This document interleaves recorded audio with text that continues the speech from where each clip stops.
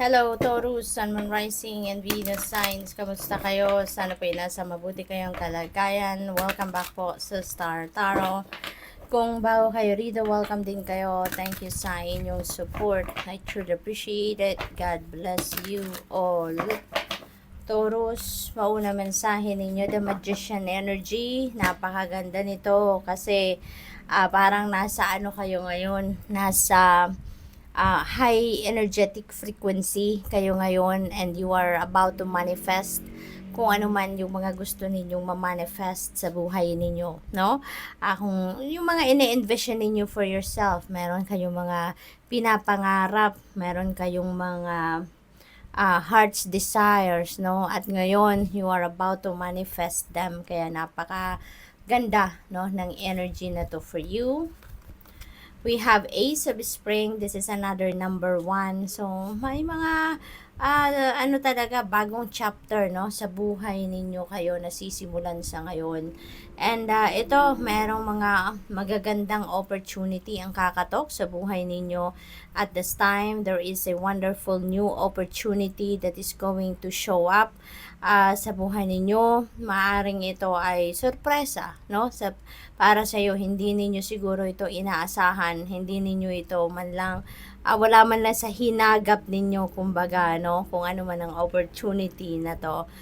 So this is really going to excite you and reignite your passion, ano, kung ano man ang bagay na to.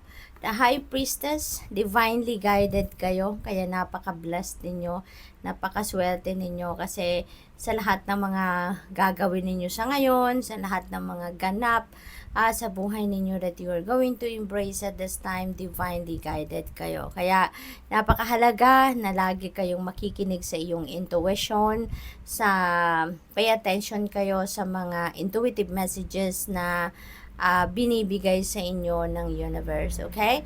So, hindi pwedeng magte-take action kayo agad-agad, no? You're going to jump into an opportunity agad-agad na hindi muna ninyo pinag-isipan, no? At mabibigyan kayo rito ng pagkakataon ng universe na makinig muna, no, sa inyong intuition before you take action kung ano man ang mga gusto ninyong gawin sa ngayon. Okay? So, what else? We have moon energy. Ayan, Taurus, no? So, heads up na to sa inyo na wag kayo agad-agad na mag-iisip na gagawin ko na to. Tapos, doon, mangangapa na lang kayo kapag nandun na kayo sa sitwasyon. With the High Priestess and the moon energy, sinasabihan kayo rito sa energy na to na pag-isipan ninyo yung inyong gagawin, the steps that you are going to take as you head towards this new endeavors, this new beginnings, no? Kung ano man sitwasyon na yan, pag-isipan ninyo mabuti, listen to your intuition, allow your intuition to be your guide. Dahil ginagabayan kayo kung ano ang dapat ninyong gawin, saan kayo dapat patungo, anong uunahin ninyo, yung mga ganon. With the moon energy din, sinasabi dito na kung ano yung alam ninyo sa ngayon, ano yung mga laman ng isipan ninyo ngayon, or kung ano man ang mga impormasyon na na-receive ninyo, that's not all it, no? Hindi pa yan ang lahat-lahat. Hindi pa yan yung everything, kumbaga, kundi yan ay ano pa lang, kumbaga, temporary pa lang yan, ano? Hindi pa yan yung konkretong mga impormasyon na dapat ninyong pagbasehan ng inyong desisyon or na kung ano man ang strategy na gagawin ninyo.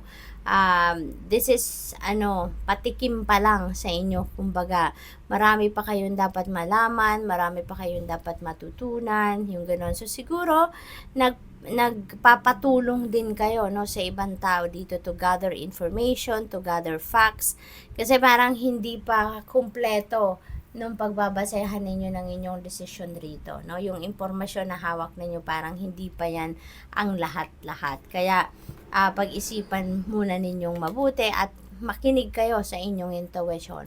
Yun ang mahalaga, okay? Nine of Spring, Ayan. So, sabi rito, you've worked hard and what you've created is impressive and worthy of protecting.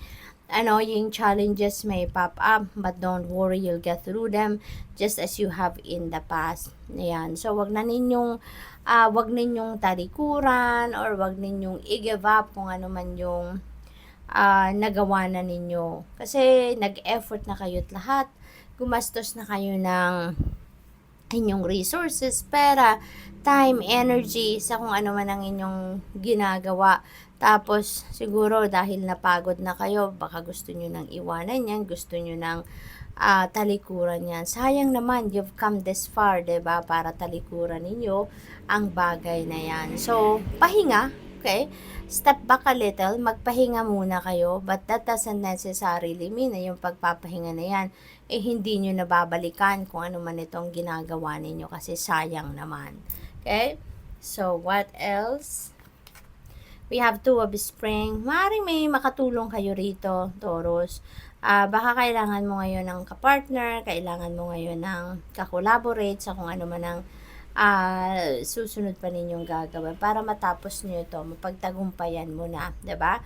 So, you may need assistance dito, then go for it. Kuha kayo ng makakasama ninyo, mag-offer kayo ng partnership, 'di ba? Kung 'yun ang sa tingin ninyo ang mas makakagaan, no, sa inyong pakiramdam kasi baka nahihirapan kayo physically doon sa kung ano ang inyong ginagawa. So, you may need to ask for help from other people, then go for it. Okay? We have Princess of Spring. May mga opportunities dito na paparating sa inyo. Mayroong mga balita na paparating na maaaring ito yung oportunidad na magkaroon din kayo ng solusyon sa kung ano man ang sitwasyon na nahihirapan kayo with the Nine of Spring energy. So, siguro, there will be, there will be new ideas, diba?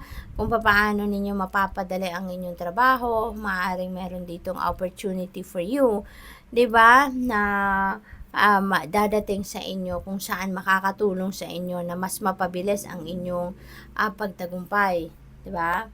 So, good luck to that. We have Three of Spring. This is good luck. No, good luck on your side. Kaya, swertehin kayo ngayon, Taurus. Mababalot din kayo ng swerte. Kaya, huwag kayong mag-alala. Okay? Always think positive. Alright? Always think positive. Kasi, alalahanin natin, lahat ng problema may solusyon yan. No? Pag mayroon dumating na problema, hanapin agad natin kung ano ang magagawa natin para masolusyonan ng problema.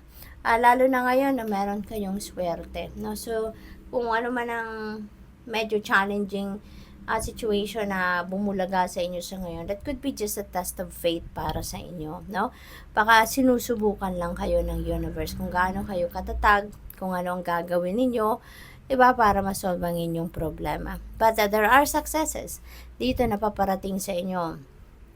Maari nga na dito with the Three of Spring, baka meron na kayong small successes na makamit sa ngayon dahil doon sa mga nauna na ninyong ginawa. No? Maaaring yung mga endeavor ninyo in the past, magkakaroon na kayo ngayon ng paunti-unti, no? Na makikita nyo na yung resulta, no? Kahit maliliit na bagay lang, makikitaan nyo na effective ang inyong ginawa. So, continue on with what you are doing, no? At pasasaan ba't makukuha mo din yung bonggang success dito. Kailangan lang natin ng tiyaga. Okay? Sipag at tiyaga.